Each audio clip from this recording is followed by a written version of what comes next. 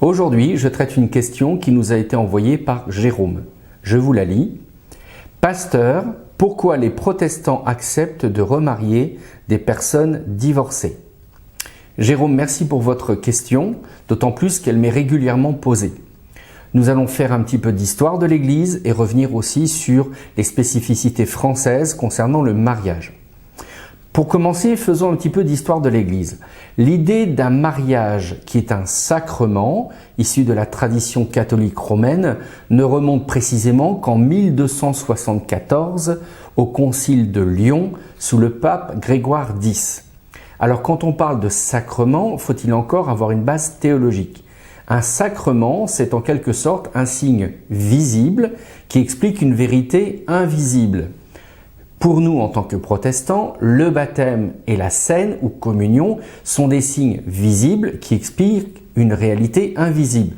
Le fait que Christ s'est incarné, qu'il est mort et qu'il est ressuscité. Le baptême nous rappelle sa mort et sa résurrection, et la scène nous rappelle aussi qu'il s'est donné à tous et qu'il est l'objet de la nouvelle alliance. Pour nous, ce sont les deux sacrements que nous reconnaissons. Dans la tradition catholique romaine, on en reconnaît 7, dont un de ceux-là est le mariage. Et partant de cette définition théologique, on ne peut pas casser ou refaire à nouveau un sacrement que l'on aurait bafoué. C'est un petit peu la théologie qui est la théologie du renoncement. Ça veut dire que vous ne pouvez pas, une fois que vous êtes trompé, revenir en arrière. Ce n'est plus possible. Là, en tant que protestants, nous faisons une nette distinction. D'abord, pour nous, le mariage n'est pas le signe visible d'une réalité invisible.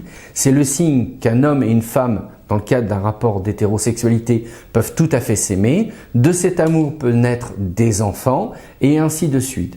Nous partons du principe que toute personne peut échouer dans sa vie, y compris dans le domaine du mariage. Et qui sommes-nous en tant que pasteurs pour dire que ces personnes-là ne peuvent pas entendre de nouveau une parole de miséricorde et de compassion et de confiance qui viendrait à dire « relève-toi et marche, apprends de tes erreurs, relève-toi et marche de nouveau en seconde noce ou peut-être même en troisième noce parce que tu peux encore apprendre et n'hésite pas à mettre Dieu dans tes affaires, d'autant plus que le Dieu que nous servons est le Dieu du renouveau. C'est celui qui nous invite aussi à nous convertir sur notre point de vue concernant la relation que nous pouvons avoir avec notre compagne ou notre compagnon. Donc voilà, ça c'est une grosse différence. Maintenant, concernant les lois civiles de la France qui est un pays laïque, depuis 1905, de la séparation de l'Église et de l'État, les ministres des cultes ne marient pas. Nous célébrons la bénédiction d'un mariage qui a déjà été acté face ou devant l'officier d'état civil. Si, à titre personnel, je prononce une bénédiction de mariage sans que ne m'ait été notifié l'acte de mariage, il faut savoir que selon le nouveau code civil, je peux écoper de 6 mois d'emprisonnement et 7 000 € d'amende. Donc vous dire que c'est quand même pas si simple que ça, Jérôme. Il faut vraiment bien comprendre qu'en France, il y a la séparation de l'Église et du pouvoir séculier et donc c'est l'État. Dans d'autres pays, vous pouvez publier les bans dans les églises, par exemple au Canada, aux États-Unis, mais dans beaucoup de pays d'Afrique. Et le mariage à l'église a valeur de ce qu'on appelle de papier juridique, même dans le civil. Mais nous ne sommes pas soumis à cette juridiction, puisqu'en France, et comme je l'ai dit précédemment, il y a la séparation de l'église et de l'État. Alors voilà, pourquoi nous bénissons les couples qui sont divorcés, que nous acceptons, c'est que nous partons du principe tout simple.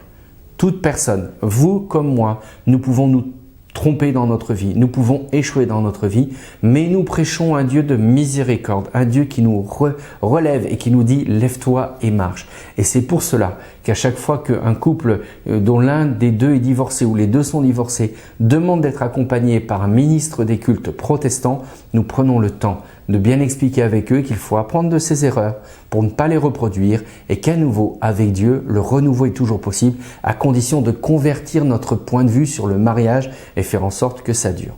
J'espère avoir répondu à votre question. Merci Jérôme de l'avoir posée. Et puis la ligne est ouverte pour toute personne. Si vous souhaitez poser une autre question, vous qui nous écoutez, vous allez sur le site missionprotestante.org, vous verrez poser une question et dans la mesure de nos possibilités, nous y répondrons avec joie. Merci à vous et à une prochaine fois pour une question, pour une rubrique « Pasteur, j'ai une question ».